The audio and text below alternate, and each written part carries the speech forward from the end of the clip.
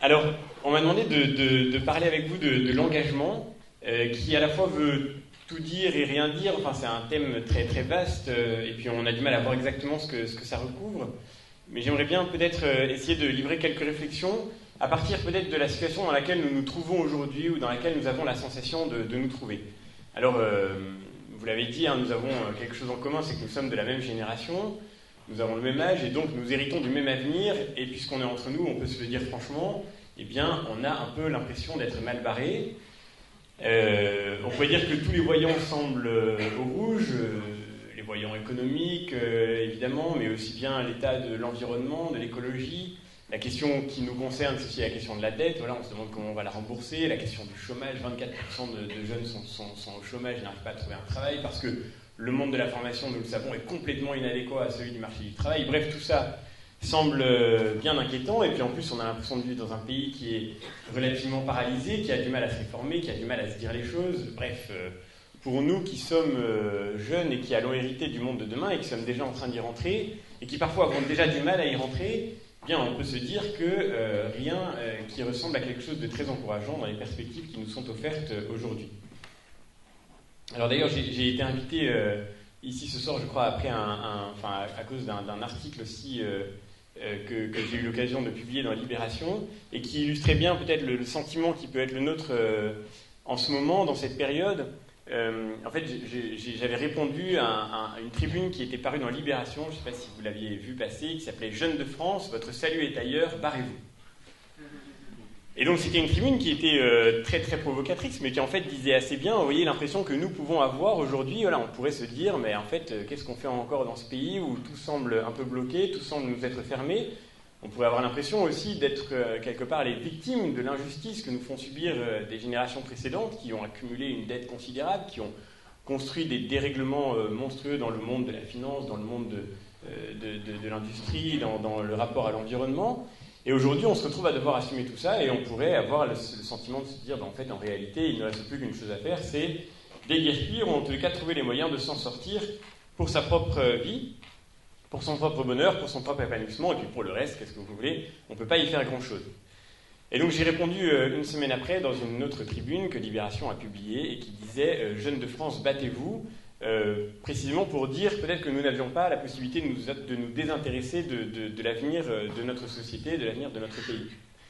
Je voudrais étendre encore le diagnostic, puisqu'on est entre nous là encore, et peut-être on peut avoir le sentiment, même encore plus que ces différents voyants économiques, ces différents indicateurs sociaux que je viens de citer, avoir le sentiment que pour nous en particulier, il est difficile d'envisager un engagement dans la société d'aujourd'hui parce que peut-être nos convictions, les idées qui sont les nôtres, les choses auxquelles nous tenons le plus nous éloignent de la société telle que nous la voyons se construire, en ce moment en particulier dans les débats qui l'agitent, et que d'une certaine façon nous avons l'impression que les enjeux qui sont agités aujourd'hui font que nous sommes condamnés au silence, que notre voix ne peut pas être entendue, que nous sommes nécessairement considérés, malgré notre jeune âge, comme les représentants du passé, comme ceux qui n'ont plus rien à dire de l'avenir qui se construit. Et au fond, il y a peut-être quelque chose de très frustrant, d'irritant, un peu d'humiliant aussi, dans ce regard que la société porte sur nous, que les médias projettent sur nous. Nous qui portons certaines valeurs essentielles, eh bien, nous pourrions avoir le sentiment d'être décrédibilisés par avance quant à ces valeurs que nous voudrions porter, avoir l'impression que notre engagement ne peut servir à rien, puisque de toute façon, il ne peut pas être reçu. Alors de ce point de vue-là, eh bien, je voudrais essayer de réfléchir avec vous sur quelques enjeux qui me paraissent essentiels pour caractériser notre situation et le rapport que nous pouvons avoir à la société d'aujourd'hui et de demain. Et d'abord, la première chose importante que je voudrais dire, c'est qu'il me semble qu'au fond, nous n'avons juste pas le droit de ne pas nous engager. Au fond, la situation est désespérée, et donc, il faut y aller. S'il n'y avait rien à faire, vous voyez, si tout était facile, il n'y aurait même pas de raison de réfléchir à l'engagement.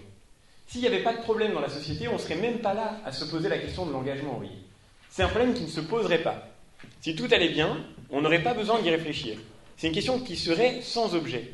Si tout allait bien, la société n'aurait pas besoin de nous. Précisément, tout va mal, et donc, il y a quelque chose à faire. On pourrait même dire d'une certaine façon qu'il y a tout à faire, ou qu'il y a tout à refaire.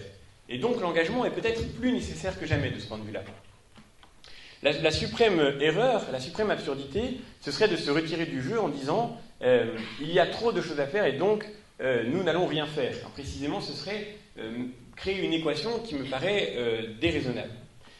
Pourquoi est-ce que nous avons quelque chose à faire aussi? Bien tout simplement parce que nous nous trouvons là et que c'est ce qu'on pourrait appeler une vocation de situation. Le fait que nous soyons là, à ce moment précis, à ce moment de l'histoire, fait que nous avons certains devoirs. Toutes les générations n'ont pas eu les mêmes responsabilités. Et nous n'avons pas à considérer le passé en nous demandant si d'autres auraient pu faire ce que nous avons à faire aujourd'hui. Ce qui importe, c'est quelle est la situation dont nous héritons et qu'est-ce que nous allons pouvoir en faire. Au fond, la vocation, elle ne se décide pas. Nous n'avons pas décidé de naître dans cette situation du monde. Nous n'avons pas décidé de vivre dans une société qui ressemble à celle dont nous héritons aujourd'hui. Bien sûr, ça pourrait nous conduire à penser que, du coup, il faut nous retirer, que nous n'avons rien à en faire, que nous ne sommes pas responsables de ce qui va se produire.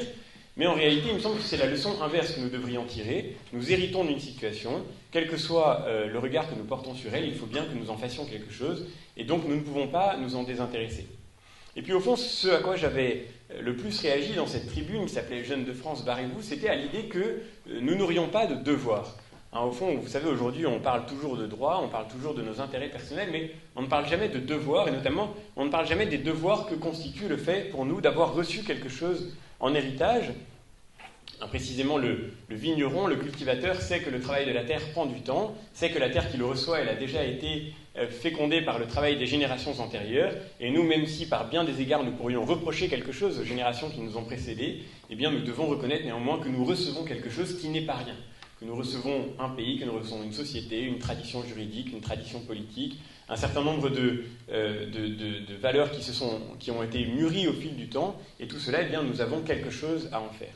Et donc, il me semble que nous ne pouvons pas, tout simplement, dans la situation actuelle particulièrement, nous n'avons tout simplement pas le droit de penser notre propre vie pour nous-mêmes. Je crois que ce serait la plus grande erreur, ce serait de penser notre avenir, de penser notre carrière, de penser notre formation, de penser notre métier simplement pour nous-mêmes. Comme s'il s'agissait d'une simple équation personnelle. Comme si la question était simplement le nombre de K-euros que nous allons gagner à la fin de l'année. Je crois que nous n'avons pas le droit de réfléchir à notre vie de cette façon-là. Et peut-être aujourd'hui, moins que jamais, précisément parce que notre vie, parce que nos compétences, parce que notre formation, parce que notre profession est importante non pas seulement pour nous, mais pour la société qui l'attend et qui en a besoin. Au fond, on a l'impression, vous voyez, de vivre dans une société où on manque de cap, on manque d'une orientation, on manque de compétences, on manque de clarté dans le regard. Eh bien, tout cela, nous pouvons y contribuer, et donc nous devons y contribuer. C'est précisément parce qu'il y a tout à faire que nous avons moins que jamais le droit de réfléchir à notre propre vie pour nous-mêmes. Et même, nous avons moins que jamais le droit de réfléchir au salut de notre communauté ou de la petite société que nous formons, comme si elle était indépendante de la société dans laquelle nous nous trouvons. Nous sommes une petite société, nous avons nos relations d'amitié, nous avons des convictions en commun, il y a des valeurs que nous partageons. Je pense que ceux qui sont ici viennent ici parce qu'ils partagent des choses importantes, mais nous n'avons pas le droit de nous renfermer dans ce cercle que nous constituons, et nous n'avons pas le droit de faire comme si le salut de notre petit cercle, de notre communauté, de notre société à nous, était indifférent au bien de la société dans son ensemble. En descendant l'escalier, je voyais qu'il y avait des très belles images de mer dans l'escalier, des images de bateaux parfois dans la houle et dans la tempête. Eh bien, vous savez qu'en philosophie, depuis toujours, l'image qui est utilisée pour décrire la société, c'est l'image du bateau, de l'embarcation. Parce que l'image de l'embarcation, elle dit bien ce qu'est une société. Précisément, que nous le voulions ou non, nous sommes embarqués. Et nous sommes précisément à l'intérieur de ce bateau dont la destinée nous importe. Et nous ne pouvons pas nous désintéresser de l'orientation que suit le bateau dans lequel nous sommes embarqués, parce que nous ne pouvons pas faire comme si il y avait une indépendance, une indifférence entre notre propre accomplissement, l'accomplissement de notre vie, notre réussite personnelle, notre réussite professionnelle, notre réussite familiale et le salut ou le bien de la société.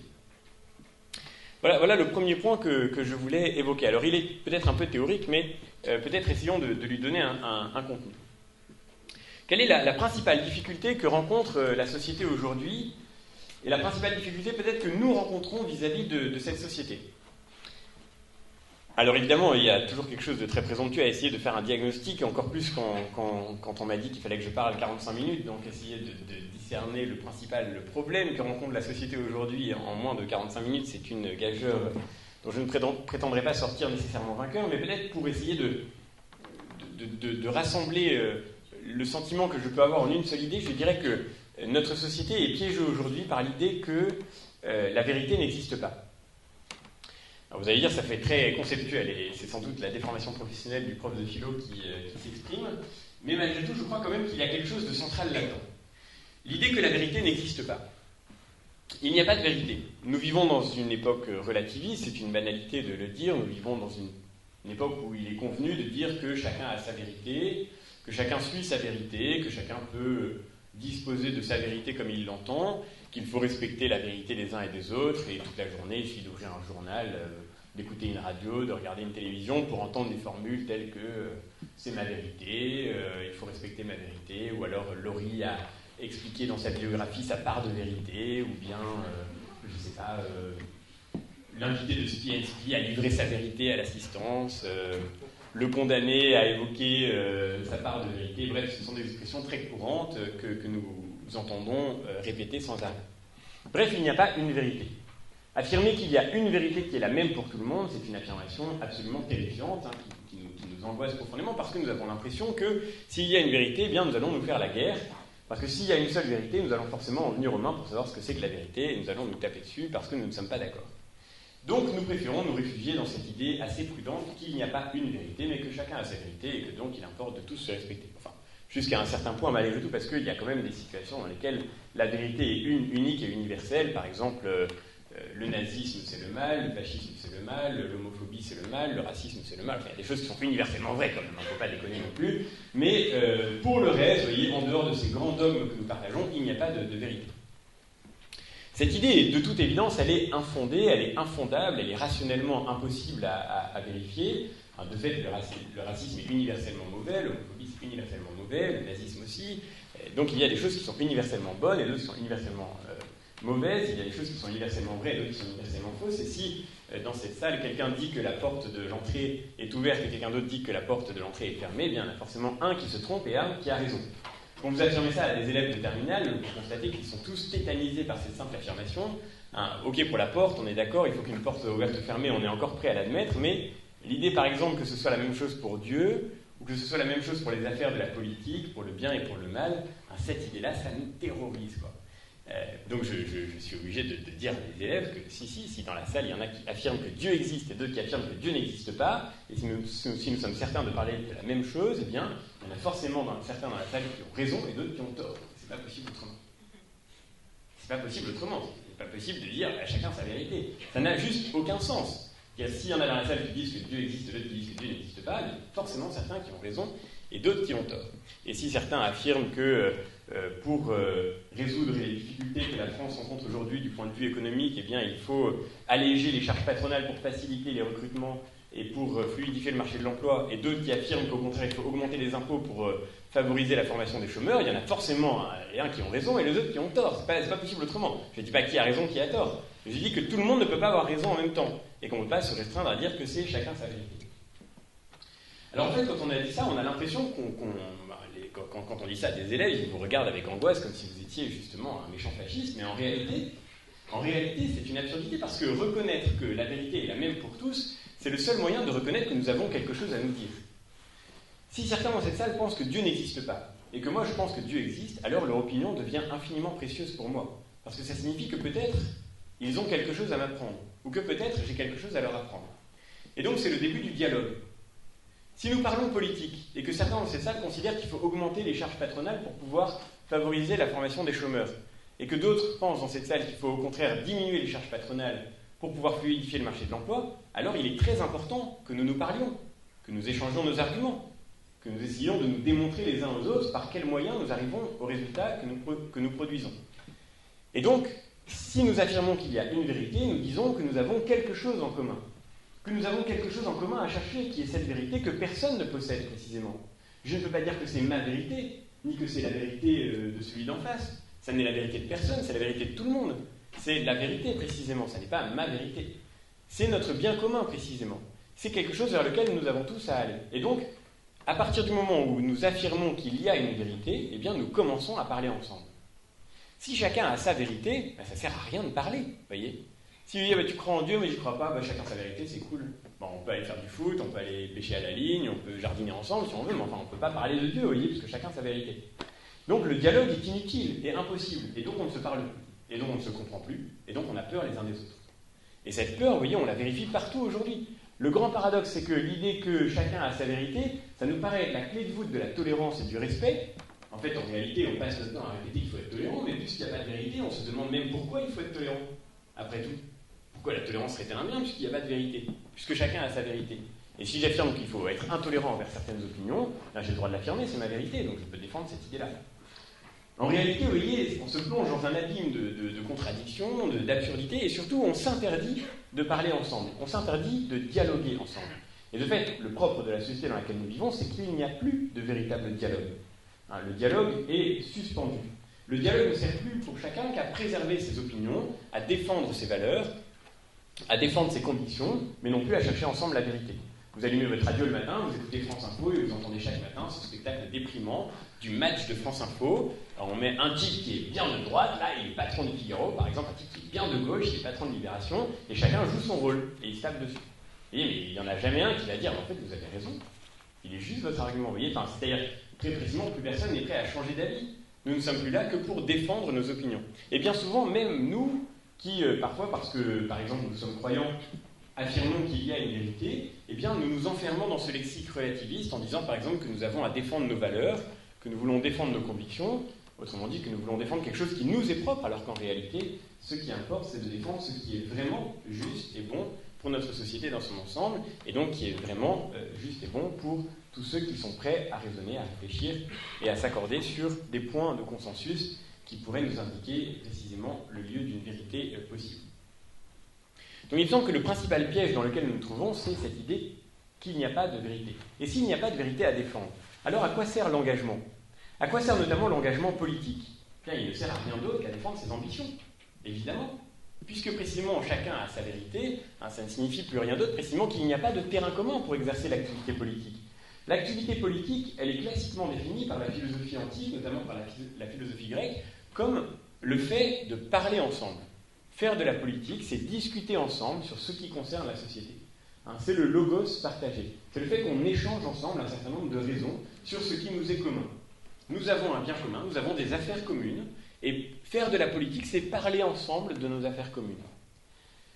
S'il n'y a plus ce bien commun, s'il n'y a plus de vérité en commun, s'il n'y a plus rien à chercher ensemble, si chacun a sa vérité, bien nous n'avons plus rien en commun. Et donc le relativisme est le corrélat théorique de cet individualisme pratique dans lequel nous sommes enfermés.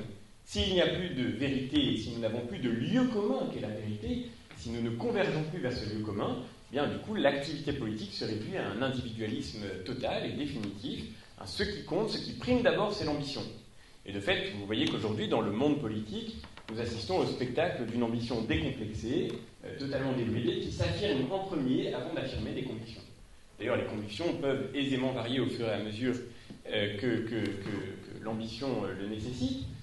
Ça a peut-être toujours été le cas, mais ce qui est peut-être nouveau, c'est précisément le fait qu'au fond, cette primauté de l'ambition est reconnue comme assumée, comme reconnue sans complexe par rapport à l'idée qu'il y aurait quelque chose à défendre. On a des valeurs très faibles, qui après tout sont les mêmes pour tout le monde. On se demande bien parfois ce qui distingue la gauche de la droite. Tout le monde est prêt à se dire justement, tout le monde est prêt à se dire humaniste, tout le monde est prêt à se défendre la tolérance, le respect, la prospérité, mais voilà, ça ne constitue pas un socle de conviction très précis et une idée, une vision de ce qu'est le véritable bien pour la société. Donc je crois que ce premier écueil qui guette le monde politique en particulier, mais la société dans son ensemble, c'est cette espèce de relativisme qui conduit à un individualisme pratique dans lequel nous nous trouvons placés aujourd'hui. Maintenant, il y a un autre écueil qui peut-être nous concerne plus nous, et quand je dis nous, là encore, je voudrais englober d'une façon générale ceux qui, et encore une fois, je crois que vous êtes nombreux ici à le penser, ceux qui croient en quelque chose, ceux qui sont croyants et qui notamment donc affirment qu'il y a une vérité et que la vérité doit être défendue. Et je crois que le risque qui nous guette, c'est de croire dans l'évidence.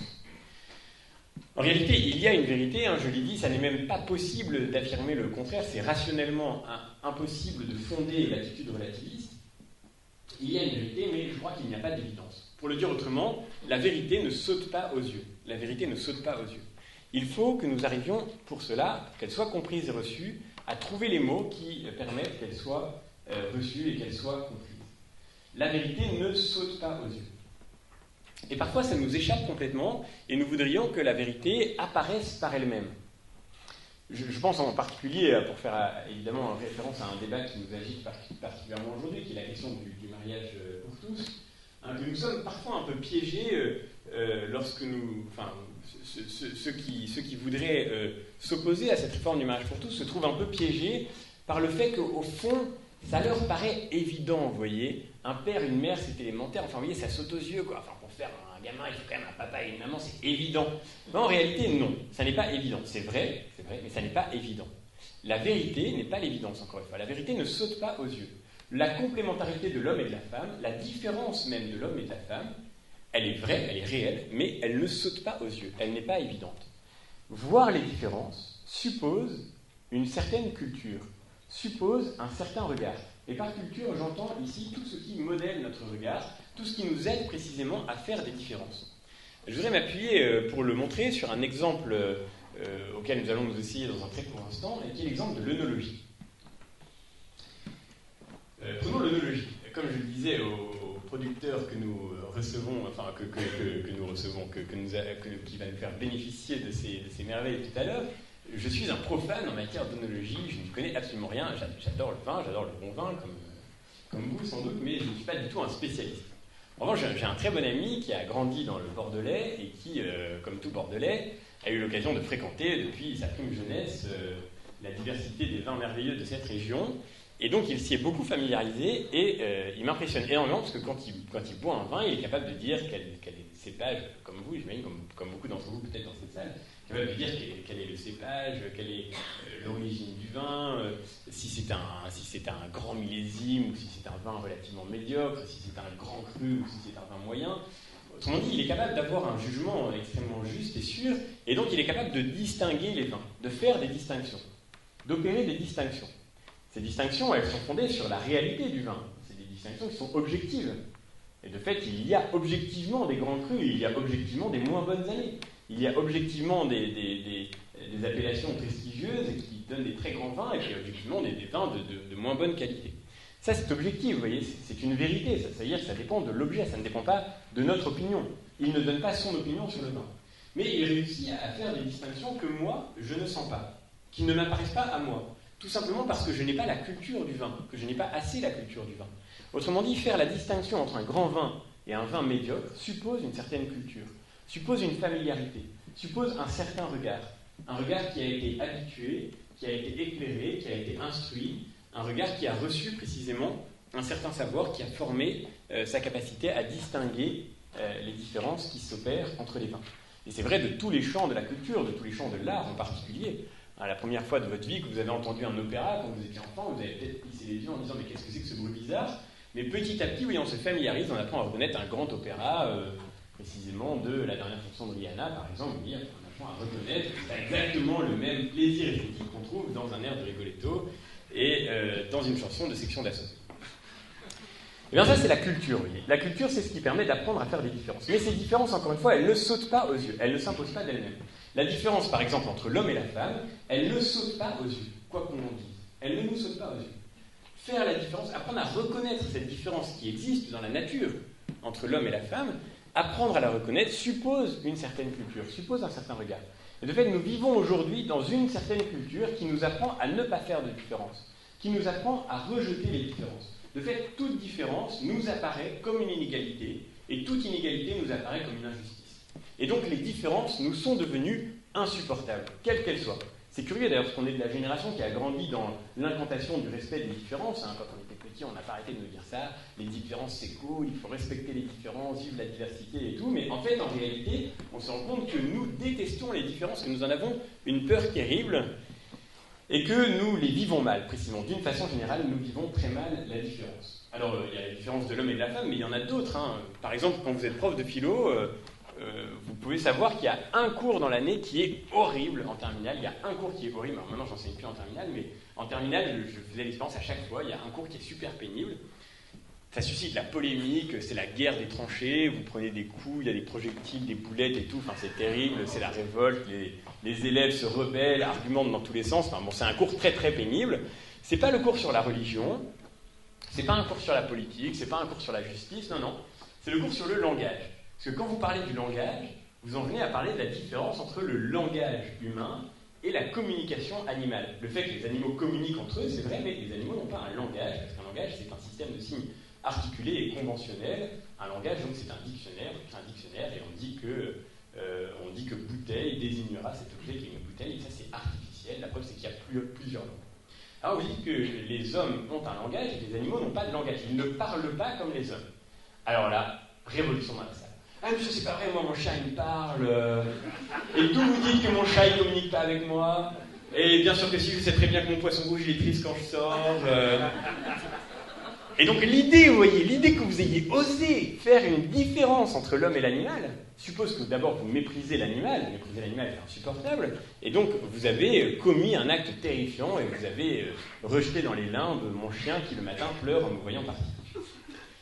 Et donc, vous êtes obligé d'expliquer à vos élèves que vous êtes désolé, j'ai pas voulu dire du mal de votre chien, je suis vraiment confus. Bien sûr, en plus, je ne nie pas que le chien communique précisément, qu'il puisse dire quand il a envie de sortir et qu'il en a marre d'être resté à l'intérieur. Bien sûr, le chien communique, même d'une façon souvent très expressive.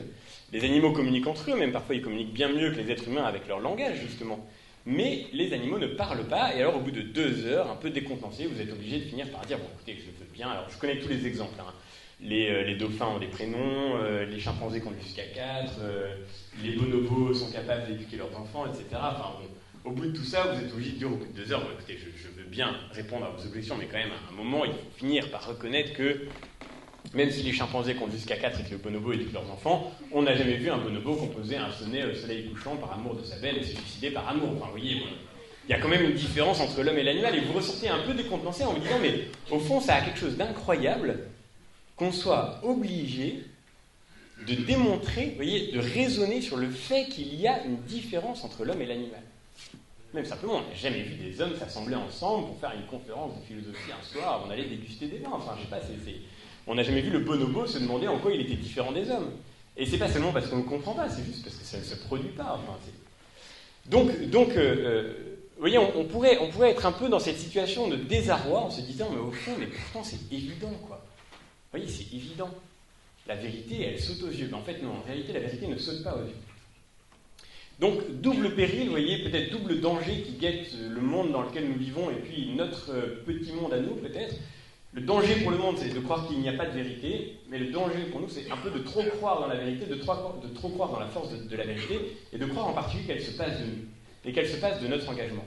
En réalité, ce que ça veut dire, ce très très rapide développement, ça signifie simplement que pour que la vérité rejoigne ceux qui nous entourent, pour que ce que nous croyons être vrai, ce que nous avons identifié comme étant vrai, puisse rejoindre ceux qui nous entourent, nos contemporains, ceux qui sont autour de nous, eh bien, cette vérité, elle a besoin de nous. Elle a besoin de notre parole. Elle a besoin que nous soyons là pour témoigner, pour informer la culture dans laquelle nous vivons, pour contribuer à la former et pour faire en sorte que cette vérité rejoigne ceux qui sont autour de nous. J'en tire une conséquence qui me paraît être déterminante, et c'est là aussi une petite erreur de perspective qu'il me semble important de corriger. Cette conséquence, c'est que la priorité, c'est l'engagement culturel, au sens le plus large de ce terme. Je ne veux pas dire par là qu'il faut tous devenir des artistes. Hein. Quand je parle de culture, vous l'avez compris, je ne parle pas des beaux-arts. Je parle de la culture au sens de tout ce qui fait que nous regardons le monde d'une certaine façon. Et en ce sens, notre engagement sur le terrain culturel est nécessaire, et ça signifie aussi qu'il est nécessaire aujourd'hui. C'est-à-dire par notre simple engagement personnel, par notre simple témoignage, par les conversations que nous pouvons avoir autour de nous, par le travail intellectuel que nous pouvons faire, par les dialogues que nous pouvons échanger, eh bien notre engagement est requis précisément pour que se transforme la culture dans laquelle nous vivons. Ce qui est premier, c'est la culture, et ça n'est pas la politique.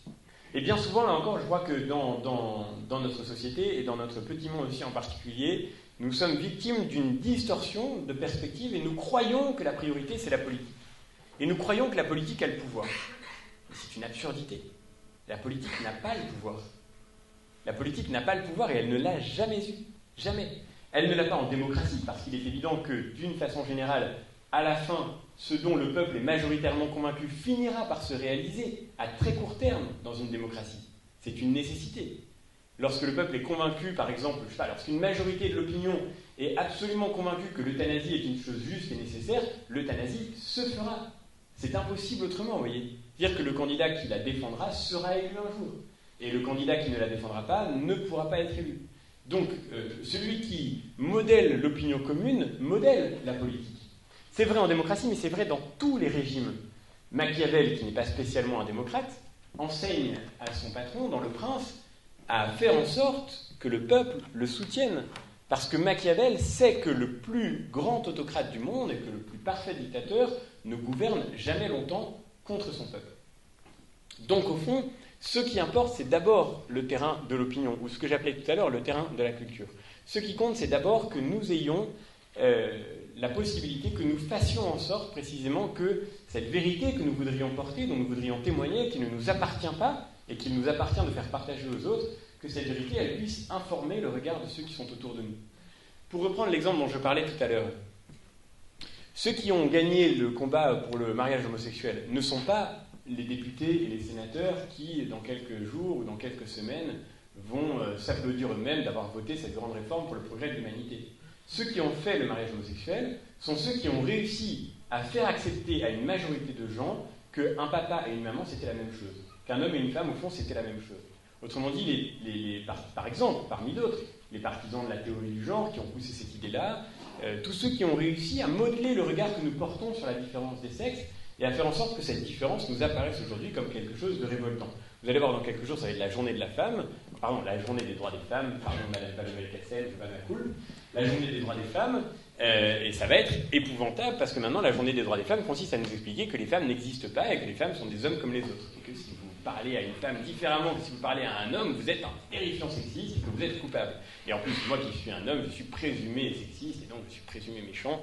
D'ailleurs, j'ai vu que France Télévisions allait créer, j'ai dit ça parce que je trouve ça particulièrement horrible, j'ai vu ça la nuit dernière, atroce, une petite série qui s'appelle Le Bureau des affaires sexistes où les hommes se feront juger pour toutes les vilainies qu'ils passent leur temps à dire sur les femmes.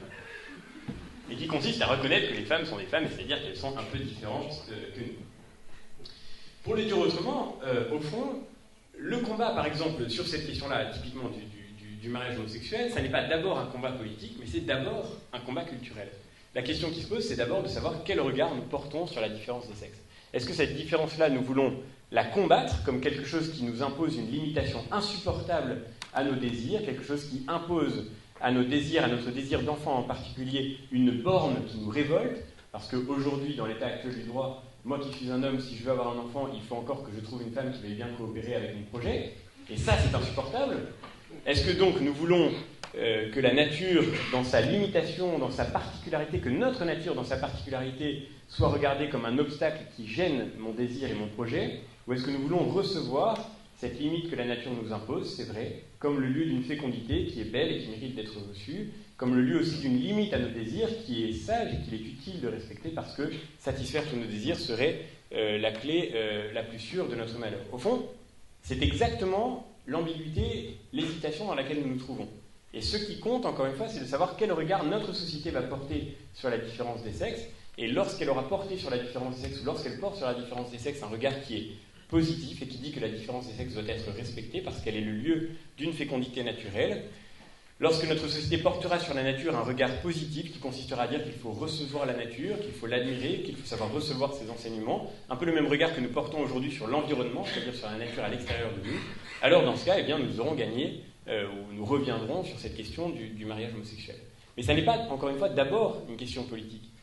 On m'a souvent demandé de parler de l'engagement politique, mais en fait, en réalité, ce que la présentation de tout à l'heure ne disait pas, moi je suis tombé dans la politique un peu par hasard, mon projet ça a toujours été d'enseigner la philosophie, j'ai jamais adhéré à un parti, et la seule fois de ma vie où je me suis présenté à des élections, j'étais sûr de les perdre, donc c'est une sorte de curieux retournement de l'histoire, quelque chose que je n'avais pas prévu et dans laquelle je n'ai aucun mérite qui fait que j'ai été élu et élu aussi jeune. Mais au fond de moi, et c'est ça le grand paradoxe, je suis absolument persuadé que l'engagement politique n'est pas du tout la priorité. Bien sûr, il faut aussi qu'il y ait des gens qui s'engagent politiquement, mais ça n'est pas d'abord par la politique qu'une société évolue, c'est d'abord par la culture. Voilà donc le point qui me semblait important de soulever. Je crois donc que si je devais résumer mon propos, d'abord nous n'avons pas le droit de nous désintéresser, je regarde parce que j'ai noté ce que j'avais à dire et je ne voudrais pas oublier un point parce qu'après je serais terriblement frustré. Je disais donc que nous ne pouvons pas faire comme si notre bien personnel et notre succès individuel devaient être distingués du bien que nous espérons pour la société, que nous avons des choses à dire, que nous avons des choses à faire, des choses à transmettre, et que nous devons les faire partager. Et pour le faire, eh bien, il me semble qu'il faut remettre l'accent sur la priorité qui est l'engagement culturel. Et cet engagement culturel, du coup, ce qu'il dit, c'est qu'il n'est pas nécessaire d'avoir des postes de responsabilité pour commencer à agir. Au fond, on commence à agir sur la culture de l'intérieur. Les vrais changements sont toujours intérieurs.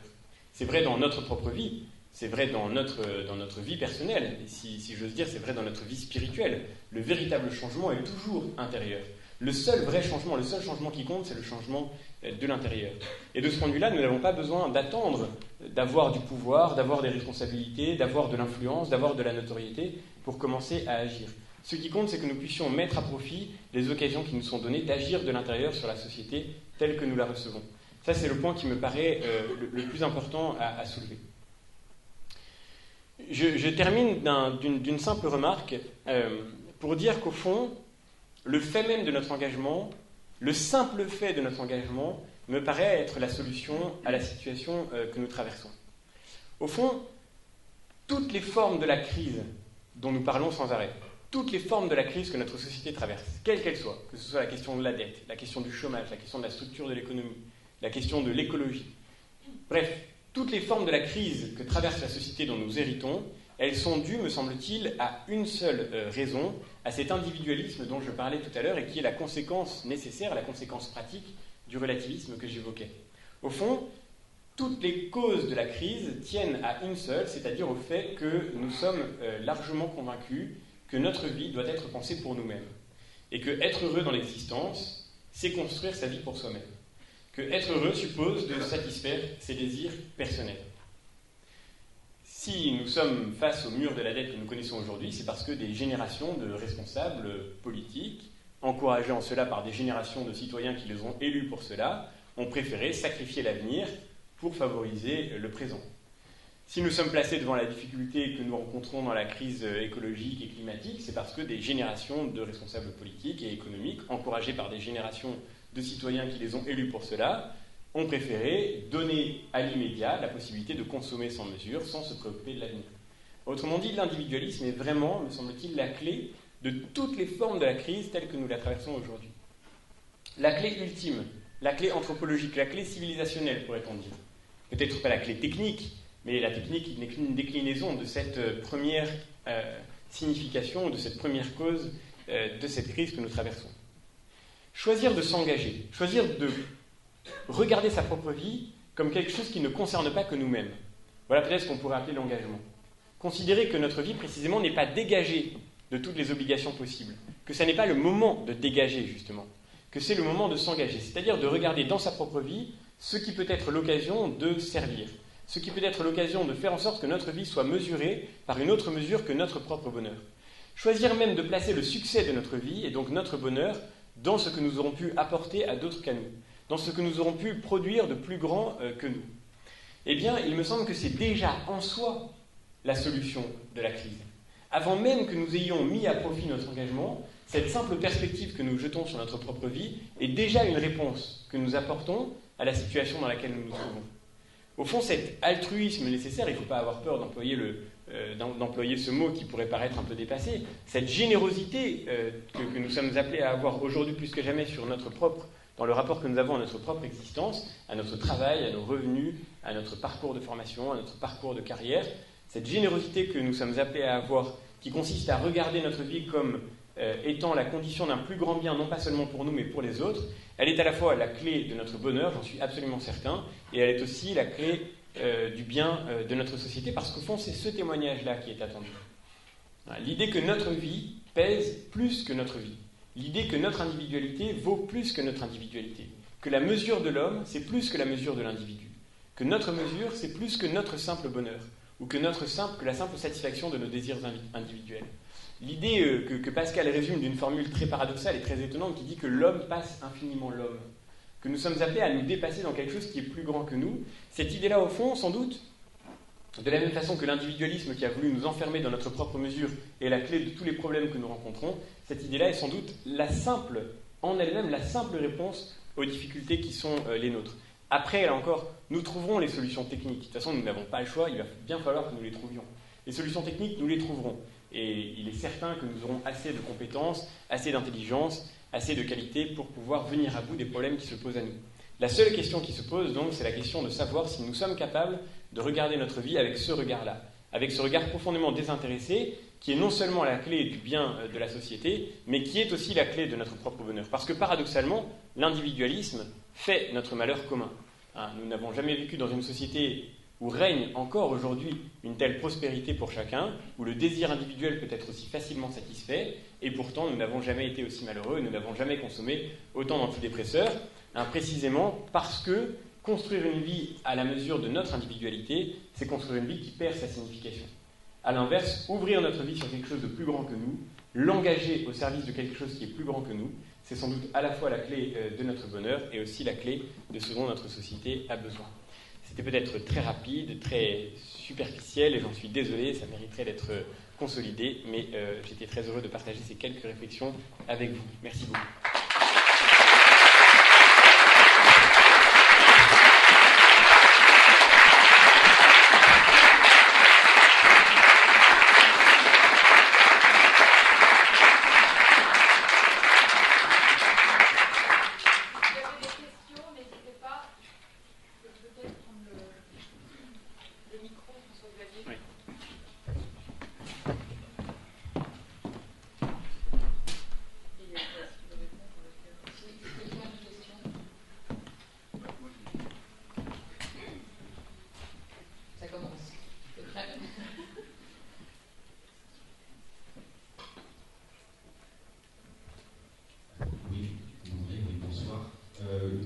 Sur l'engagement, parler d'engagement, et c'est vrai que dans l'engagement, on est souvent tenté par un engagement qui brille.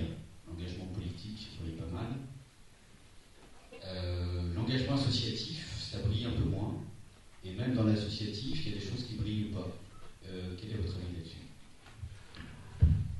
Alors, je vais...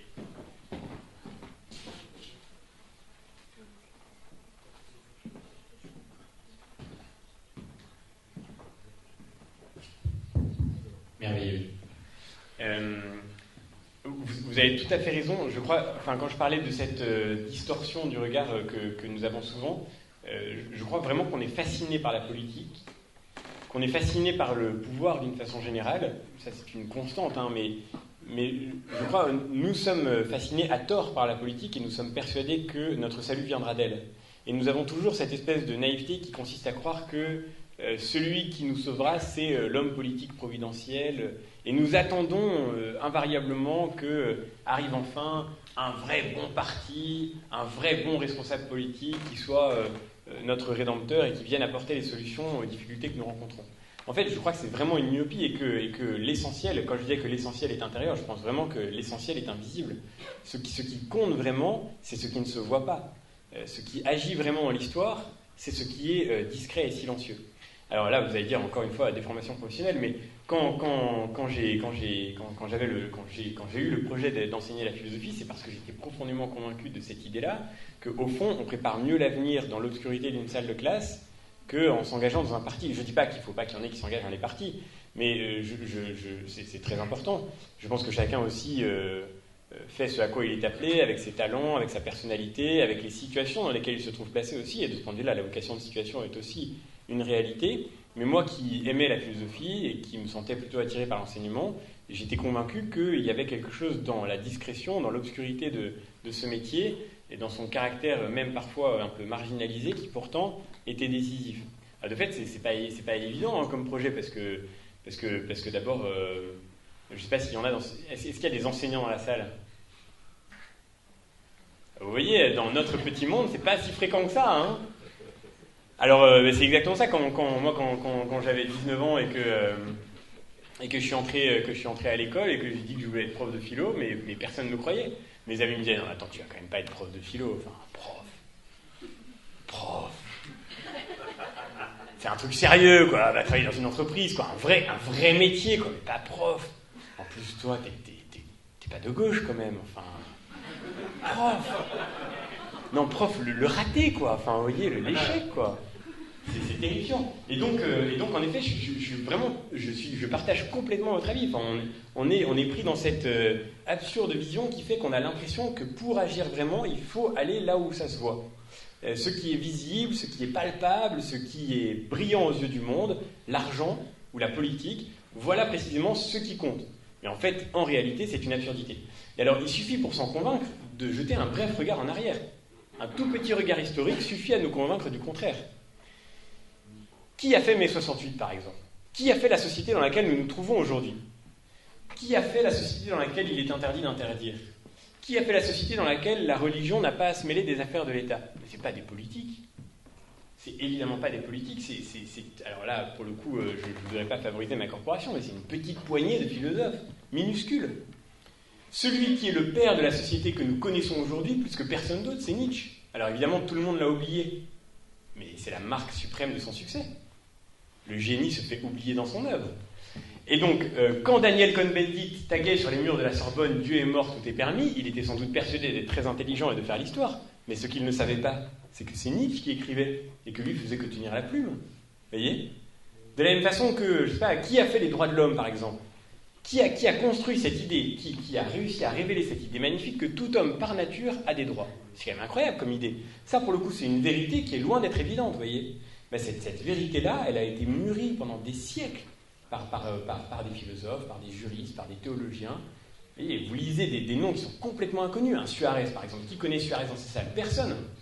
Mais par contre, tout le monde connaît la Déclaration des droits de l'homme et du citoyen. Mais la Déclaration des droits de l'homme et du citoyen, indirectement, c'est Suarez qui l'a écrite. Sauf que personne ne le savait. Donc je crois que, en fait, en réalité, ceux qui font l'histoire sont ceux qui ne se voient pas forcément.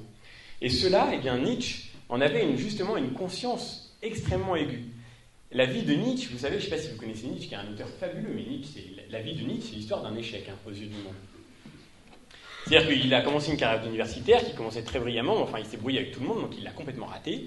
Il s'est fait virer de tous les postes d'enseignement où il était, en plus il était toujours à moitié malade, donc ça ne se passait pas très bien.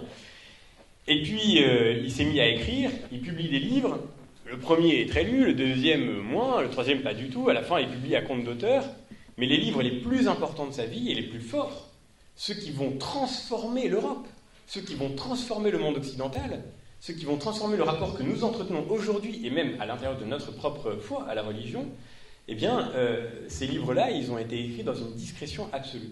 Mais ça ne décourageait pas Nietzsche, qui était absolument conscient que ce qu'il était en train de faire allait ébranler, à plus ou moins court terme, les fondements sur lesquels était construite la morale classique de l'Occident chrétien. Nietzsche en avait parfaitement conscience. Et dans Ainsi parlait Zarathustra, qui est son dernier livre, qu'il écrit alors qu'il a déjà les premiers symptômes de la folie, etc., donc il y a un livre très mystérieux et très, très fragile de certains points de vue, Nietzsche écrit la chose suivante. Alors ça, vous voyez, c'est pour répondre à votre question, il n'y a pas de meilleure réponse.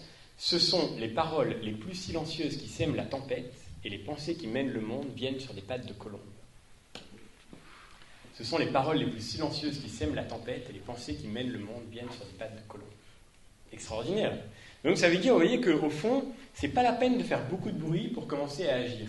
C'est pas la peine qu'on vous donne le micro pour commencer à témoigner, vous voyez. Au fond, c'est précisément dans ce qu'il y a de plus silencieux que le plus décisif se joue. Et l'engagement, il ne faudrait pas le restreindre à des lieux précis de l'engagement, comme si l'engagement ne pouvait se vivre que dans la politique, ou même d'une certaine façon, que dans le monde associatif.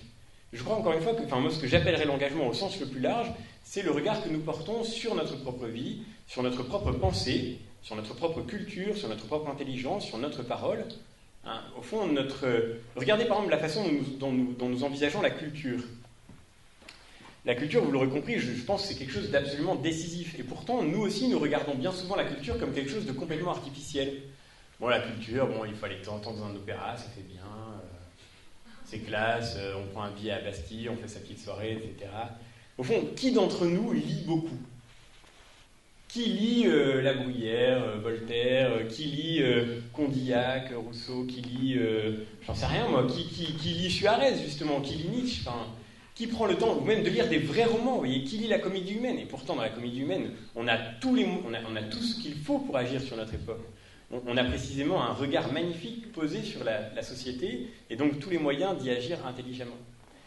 Et donc ne faisons pas, là encore, comme si notre propre culture ne comptait que pour nous, comme si c'était juste une question d'agrément pour nous-mêmes. Le fait que nous soyons cultivés, ou le fait que nous soyons compétents, par exemple, le fait que nous soyons compétents dans ce que nous avons à faire, eh bien, ça ne compte pas que pour notre carrière. Ça compte pour le bien de la société dans son ensemble, parce que de notre compétence, de l'état de notre culture, de la maturation de notre intelligence, dépendra la qualité précisément de notre engagement dans le monde. Alors voilà, ce que j'appellerais l'engagement, c'est d'abord ce regard qu'on porte sur sa propre vie, et précisément il y aurait peut-être une forme d'illusion, me semble-t-il, à penser que l'engagement, ça se fait dans des lieux particuliers. Et ah non, mais là j'ai mon boulot, mais un jour je m'arrêterai, et pendant un an j'irai faire de l'humanitaire. C'est super important l'engagement.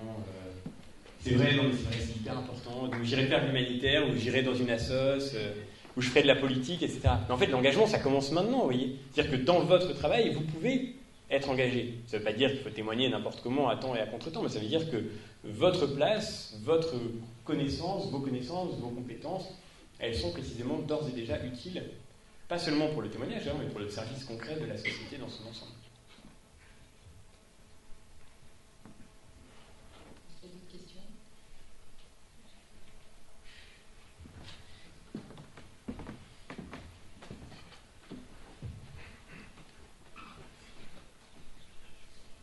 Et du coup, je me demandais quels sont les liens aujourd'hui entre les politiques et les philosophes. Est-ce qu'il y a beaucoup de politiques qui sont des philosophes? Est-ce qu'ils s'appuient sur eux? Alors, votre question suppose de répondre d'abord à deux questions préalables. Y a-t-il aujourd'hui des philosophes? Y a-t-il aujourd'hui des vrais responsables politiques? La réponse à ces deux questions est au moins problématique. Alors pour ce qui nous tient lieu de philosophe, et pour ce qui nous tient lieu de politique aujourd'hui, on pourrait dire que la relation est réglée par un strict rapport d'utilité. La politique, aujourd'hui, voudrait se servir des idées comme d'un matériau utile pour légitimer ses ambitions. Je vous raconte une scène une scène que j'ai vécue, qui est une scène presque balsacienne, justement, mais j'avais 21 ans et j'étais en cabinet ministériel, j'étais au cabinet du garde des Sceaux, donc, et j'étais conseiller technique, je m'occupais de la prospective, et le cabinet allait, enfin le ministre allait bientôt être remplacé à la faveur d'un remaniement ministériel, donc mon mandat en cabinet allait s'arrêter. Et d'ailleurs, j'avais l'intention de m'arrêter, et donc, vous savez, à ce moment-là, surtout quand il n'y a pas d'alternance, il y a une sorte de mercato, enfin, entre les cabinets, et donc je suis invité à dîner par une secrétaire d'État à l'écologie, je n'aurais pas dû vous dire, vous allez la reconnaître. Maintenant, je ne vais pas pouvoir vous raconter toute l'histoire. Bon, alors gardez-le pour vous, je pense. Alors, je ne la connaissais pas du tout, je ne la connaissais absolument pas, et donc elle m'invite à dîner dans son ministère. Et on dîne à 4 avec son chef de cabinet, son conseiller politique, je ne sais plus, et puis son mari. Donc j'avais 21 piges, j'étais très étonné d'être là. Et puis on parle de tout et de rien, c'était très agréable, dans les beaux salons du ministère de l'écologie, enfin, c'était vraiment très très curieux, on parle de philosophie, de poésie, de plein de choses. Et puis au dessert, elle me dit, bon voilà, monsieur Bellamy, je ne vous ai pas fait venir pour ça, je voulais vous dire un truc important. D'accord, madame le ministre, elle me dit, voilà, et je vais être présidente de la République, et je vous propose de travailler pour moi, et je pense que pour vous, ce serait une très bonne idée. Alors, je lui dis, madame le ministre, écoutez, merci beaucoup, je suis très honoré, vous imaginez, j'étais un peu surpris, et puis, écoutez, je ne sais pas tellement à quoi je peux vous être utile. Elle me dit, en fait, c'est très simple, moi je suis ingénieur de formation, donc tout ce qui est technique, je connais, l'écologie, je connais, c'est un truc, voilà, bien ça. Mais tout le reste, j'ai aucune idée. Sur tous les sujets de société, j'en ai aucune idée. Et donc, j'aimerais bien y réfléchir. Et j'ai besoin de vous pour m'aider à y réfléchir. Oui, je suis sorti de là en me disant, au-delà de l'étonnement de cet échange, en me disant ce qui est le plus singulier, vous voyez, c'est que cette responsable politique, qui est très brillante, qui est très intelligente, qui a un parcours très prometteur, la suite l'a prouvé, elle affirme, elle a une certitude, c'est qu'elle veut, et même pas seulement qu'elle veut, mais qu'elle sera présidente de la République, elle est habitée par cette certitude, elle veut l'être, vous voyez, c'est ce qui habite son projet, mais elle ne sait pas pourquoi. Elle ne sait pas pourquoi faire. savez, il y a un film génial qui s'appelle Dans la peau de Jacques Chirac, qui avait été fait par Carl Zero et qui raconte à partir d'images d'archives le parcours de Jacques Chirac. Et il y a un imitateur qui fait la voix de Jacques Chirac et qui commente les images. Et Chirac dit à un moment, mais oui, ça devient vrai, alors que c'était de la dérision. Chirac, à un moment, donc la voix de l'imitateur dit le problème avec le pouvoir, c'est que. Non, il dit le pouvoir, je ne suis fait que pour le conquérir. Pour ça, je suis très fort. Mais après, une fois que je l'ai, je ne sais pas comment faire. C'est exactement ça. C'est-à-dire que donc, les responsables politiques, vous voyez, ce qu'ils savent aujourd'hui, mais précisément à cause de cette situation relativiste dans laquelle on se trouve, ce qu'ils savent, c'est qu'ils veulent le pouvoir. Et donc, grâce à, c'est peut-être Nicolas Sarkozy, vous savez, qui avec son je pense, c'est pas seulement embrasant, etc., l'idée de l'ambition décomplexée, voilà, il faut arrêter de se cacher derrière son petit doigt, bien sûr, je vais être président. C'était le grand credo de Sarkozy pendant des années, qui avait quelque chose de sain, en fait, parce que du coup, on se disait, ben ça, voilà, c'est vrai que c'est pas la peine de se cacher, de mentir, d'être hypocrite. Donc Sarkozy, je me rappelle, il faisait une visite dans une usine en 2005, il voit un type qui est là, et il dit vous êtes quoi? Le gars dit je suis contremaître. Il dit ah, vous êtes sous-chef, c'est ça? Alors le type dit ouais, je suis sous-chef. Ben, vous voulez devenir chef, hein? Et le gars dit ah ouais. Et ben moi c'est pareil, je suis sous-chef et je vais devenir chef. Mais c'était sympathique, vous voyez, c'est sympa, c'est frais, et puis au moins c'est franc, quoi. On se dit, bon, le type il ment pas, quoi. Voilà, il est clair, il nous dit voilà, je suis le président de la République, bon, au moins c'est posé, quoi. Le problème de cette ambition décomplexée, c'est quand il n'y a rien derrière, quoi. Dire être président, pourquoi? Et quand on ne sait pas pourquoi on va l'être, alors du coup on dit, bon, bah, il me faut un programme, quoi. Donc on appelle un type, on dit, vous êtes philosophe, vous, c'est ça? Ouais. Vous n'auriez pas des idées qui seraient un peu de droite, là Alors le problème, c'est que du coup, on fait appel à deux types de personnes. Donc on fait appel aux philosophes, enfin pour ce qu'il en reste, donc on fait intervenir des intellectuels dans des conventions politiques, etc. Et puis après, on fait appel aux sondeurs. Alors on dit aux sondeurs, on veut tester cette idée, là. Les gens, les frontières, ils sont pour ou contre? Ah, ils sont pour, très bien, on va faire une campagne sur les frontières. Alors oui, le politique se laisse complètement guider par l'opinion, mais complètement, précisément parce qu'il n'a plus de vision. Regardez sur le mariage homosexuel, par exemple, c'est génial comme truc. Le mariage homosexuel, alors, on vous dit, le mariage homosexuel, de toute façon, qu'est-ce que vous voulez, il faut le faire, puisque la société évolue. Et donc, il faut le faire. De toute façon, ça se fait. C'est le sens de l'histoire. La société évolue, et donc, il faut bien que la loi évolue aussi. Mais j'ai rencontré Erwan Binet, le rapporteur du projet Bloc, parce que j'ai signé un texte dans l'IB sur le... Enfin, on avait écrit un texte qu'on a signé avec 1000 jeunes, peut-être certains d'entre vous l'ont signé. 1000 et depuis beaucoup plus. Qui s'appelait Mariage pour tous, justice nulle part. Et donc, Erwan Binet nous a reçus, ça se présentait comme une lettre ouverte parlementaire, donc on lui a adressé, et puis il nous a invités à le rencontrer, et puis son argument c'était de dire, écoutez, de toute façon, qu'on soit d'accord ou pas, les familles homoparentales, elles existent, donc il faut bien les reconnaître. Voilà, la loi, il faut qu'elle valide l'évolution de la société.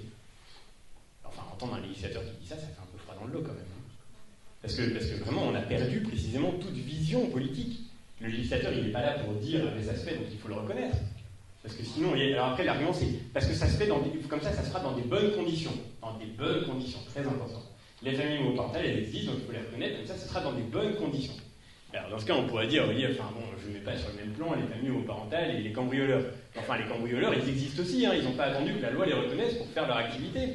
On pourrait dire, oui, il faudrait quand même légaliser l'activité du cambrioleur, parce que qu'est-ce que vous voulez?